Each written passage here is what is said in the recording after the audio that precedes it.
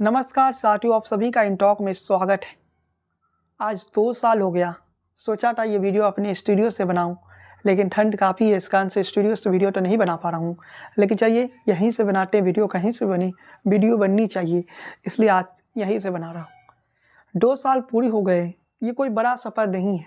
कहते हैं आप कोई बिजनेस स्टार्ट करें तो पहले 2 साल आपको उस बिजनेस को समझने में लग जाते। तो लेकिन ये न्यूज़ को मैं हमेशा मानता हूँ बिजनेस नहीं है। मेरे लिए शायद पत्रकारिता बिजनेस नहीं है। मैं पत्रकार खुद को कभी कहता भी नहीं। अक्सर कहता हूँ मैं राजनीति के विश्लेषण करता हूँ, मैं पत्रकार नहीं। और मेरे वीडियोस भी आप देखते होंगे राजनीति के विश्लेषण से जुड़े ही जाते आते। लेकिन आज मैं अपनी इस 2 साल के सफ़र के कुछ बातें बताऊँगा। जब मैंने शुरुआत किया था इन टॉक का, तब मैंने सोचा था 18 जनवरी 2021 सुबह के 8 बजे पहला वीडियो आता, वो वीडियो की झलक आप देख लीजिए। ब्रेकिंग न्यूज़ है, उसका एनालिसिस करूँ। मेरे खुद को समझने लगा और यूट्यूब को भी समझने लगा, क्योंकि इससे पहले मैं यूट्यूब पर काम करता था। वो अलग चैनल था, न्यूज़ इन ट्रेंडिंग। वहाँ की जो बात थी, वहाँ पर मैं ऑडियो में बोलता था। वो चैनल अब नहीं है, आप सर्च करिएगा तो नहीं मिलेगा। और वीडियो में शायद 1 या 2 या 4 वीडियो होंगे, शायद बिहार चुनाव के दौरान काफ़ी सारे वीडियो होंगे। लेकिन वो चैनल जो था मेरा, वो काफ़ी अच्छा रन कर रहा था। 3000 के लगभग सब्सक्राइबर थे। उस समय यूट्यूब चैनलों पर ज़्यादा फोकस नहीं रहती थी, क्योंकि मैं वेबसाइट पर आर्टिकल डालता था। राइटर था उस टाइम, ज़्यादातर लेखों को लिखता था, जो विषय क्रिकेट की हो या राजनीति से जुड़े विषय थे। उस कारण से उस वक्त यूट्यूब पर उतना ध्यान नहीं देता था। कभी कभार ऑडियो से वीडियो बनाता था। लेकिन उसके बाद मैंने एक बदलाव देखी कोविड काल के बाद। तो मैंने सोचा खुद का एक चैनल की शुरुआत करते हैं, और वो चैनल था इन टॉक। जब मैंने इन टॉक की शुरुआत की तो मैंने बता ही दिया था कि उस समय मैंने यही सोचा था कि ट्रेंडिंग न्यूज़ का एनालिसिस करेंगे। लेकिन धीरे धीरे खुद को समझना, तो मुझे लगा, जब मैंने खुद को समझा तो लगा कि मुझे राजनीति के वीडियो बनाने चाहिए, क्योंकि मैं उस वीडियो को बेहतर ढंग से पेश कर सकता हूँ, जो राजनीति के विश्लेषण की वीडियो। उसके बाद सफ़र की शुरुआत होती है। हमारे सामने पहली चुनौती आती है बंगाल की। और मैं कहना चाहता हूँ, उससे पहले मैंने बिहार चुनाव पर विश्लेषण किया था, वो वीडियो भी मैं दिखाता हूँ। लेकिन वो इन टॉक पर विश्लेषण नहीं था, वो न्यूज़ इन ट्रेंडिंग पर था। वो वीडियो भी सबसे पहले हम आपको दिखाते हैं, बिहार चुनाव। और उसके बाद जितने भी चुनाव के सटीक हुए हैं, एक एक करके आपको दिखाएंगे। लेकिन सबसे पहले बिहार चुनाव के दौरान मैंने क्या कहा था, वो सुनिए। तेजस्वी यादव के बारे में ये कहा जा रहा है कि तेजस्वी यादव की रहल चल रही है बिहार में, हर जगह तेजस्वी हो रहा है। ये तेजस्वी और तेजस्वी के समर्थन में जनता के ज़्यादा विश्वास दिख रही है। लेकिन दूसरी ओर मतदान के जो प्रतिशत उसे हम देखें तो ऐसा लग रहा है कि बिहार में कोई सत्ता विरोधी रहल नहीं है। ये बिहार चुनाव के वक्त का है। उस समय इन टॉक नहीं था, न्यूज़ इन ट्रेंडिंग था। उस चैनल पर मैंने ज़्यादातर वीडियो ऑडियो में बनाया, ये तो आपको बता चुका हूँ। लेकिन उस चैनल पर जब मैंने बिहार चुनाव के दौरान कवरेज कर रहा था, तो बिहार चुनाव में शायद उस वक्त बिहार के पलायन का मुद्दा उठाया। वो सब वीडियो कभी मैं अपलोड करूँगा अपने इसी यूट्यूब चैनल पर। पलायन का मुद्दा उठाया था, इसके अलावा अन्य कई और विषय उठाया था। पलायन, बेरोजगारी, किसानों की समस्या, इन सारे विषयों को मैंने उस चैनल पर उठाया था। और उस वक्त जो बिहार चुनाव की कवरेज कर रहा था, तो उस कवरेज में मैंने बताया था कि तेजस्वी यादव फाइट में है, लेकिन तेजस्वी यादव जीत नहीं पाएंगे। और तेजस्वी यादव नहीं जीते थे। दूसरी ओर अब आते हैं, क्योंकि ज़्यादा समय आपका बर्बाद करना उचित नहीं है, अब आते हैं बंगाल का। तो पहला इन टॉक का जो विश्लेषण की शुरुआत थी, वो बंगाल का इलेक्शन की था।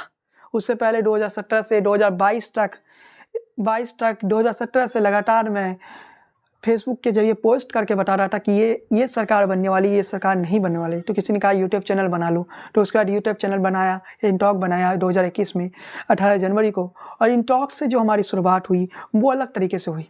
इससे पहले जब मैं दूसरे वेबसाइटों पर लेख लिखता था, बताता था कि ये परिस्थिति होगी राजनीति की, या खेल पर लिखता था।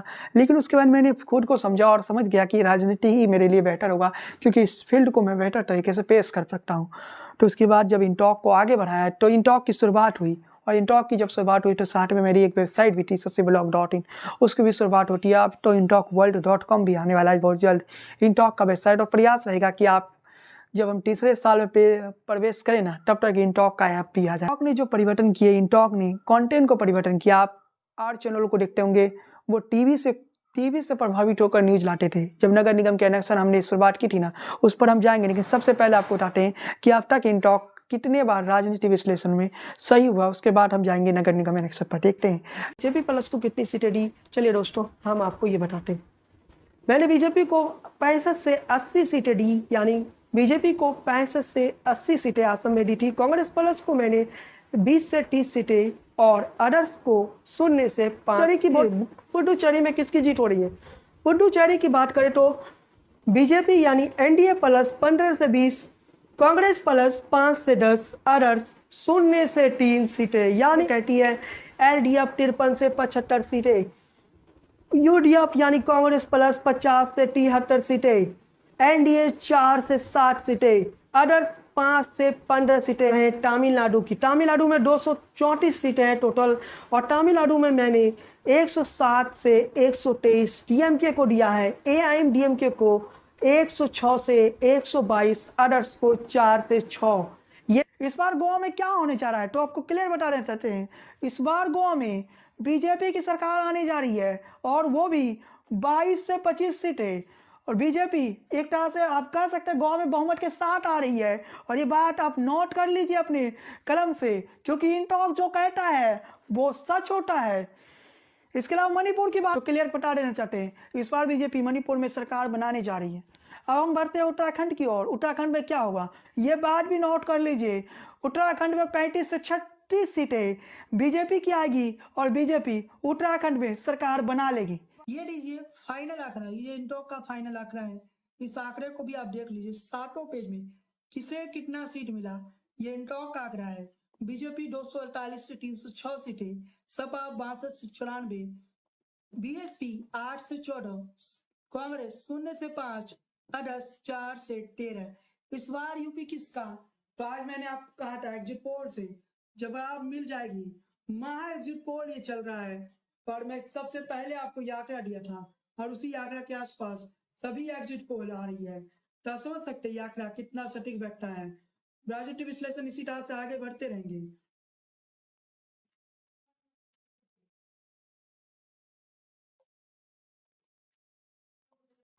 ये जो आपने वीडियो दिखाया है, ये अब तक जितने भी असेंबली इलेक्शन में मेरा विश्लेषण सटीक रहा उस पर था। गुजरात और हिमाचल प्रदेश पर मैंने उतना फोकस नहीं किया था, क्योंकि उस समय नगर निगम की कवरेज दिखा रहा था और मेरे लिए महत्वपूर्ण खबर थी। और आप देखे भी होंगे गुजरात के चुनाव के दौरान शायद 1 या 2 दिन ही मैंने न्यूज़ की कवरेज की थी, उसके आगे नहीं किया था। लेकिन चलिए साथियों, आगे के जो असेंबली इलेक्शन होंगे प्रयास करूँगा कि उन सारे असेंबली इलेक्शनों पर आपको मैं अपना विश्लेषण दूँ। लेकिन चलिए साथियों, ये थे वो विश्लेषण जो सबसे विश्वसनीय रहा। लेकिन अब आते हैं नगर निगम। शायद इंटॉक को आप लोग देख रहे हैं, तो इसकी बड़ी वजह ये चुनाव रहा। इस चुनाव ने इंटॉक को एक तरह से स्थापित कर दिया। कल तक इस चुनाव की जुड़ी खबरें आपको शायद नगर निगम चुनाव से जुड़ी खबरें शायद आपको टीवी चैनल तो छोड़िए कोई टेबल लेने को तैयार नहीं था, कोई चैनल दिखाने को तैयार नहीं था। उस वक्त इंटॉक था जो आपको दिखा रहा था कि नगर निगम के चुनाव में ये होगा, ये होने वाला है। जब हमने 7 अक्टूबर को, ये पहला वीडियो है इंटॉक पर जो हमने नगर निगम चुनाव पर डाला था, जब हमने पहला वीडियो डाला था सोचा था कि नगर निगम का वीडियो कौन देखेगा, लेकिन मुझे नहीं पता था ये गेम चेंजर होगा इस चैनल के लिए। तभी मुझे ये नहीं पता था कि एक गेम चेंजर वीडियो में डालने जा रहा हूँ और इस चैनल को वो मुकाम दिला देगा जिसके लिए मैं उतने सालों से मेहनत कर रहा था। और वाकई इंटॉक की पहचान बनी तो बिहार नगर निगम इलेक्शन के जरिए बनी। आप लोग अगर आज इतनी बड़ी संख्या में मेरे वीडियो देखते हैं तो उसकी वजह बिहार नगर निगम इलेक्शन है। मैं आप सभी से आग्रह करूँगा कि इंटॉक को आप सपोर्ट करिए, ज़्यादा से ज़्यादा सपोर्ट करिए। और मैं आपको भरोसा दिलाता हूँ, कई बार गलती हो सकती है, लेकिन मेरी पूरी प्रयास है कि आप तक सबसे विश्वसनीय कवरेज देने की, सबसे विश्वसनीय खबरें देने की।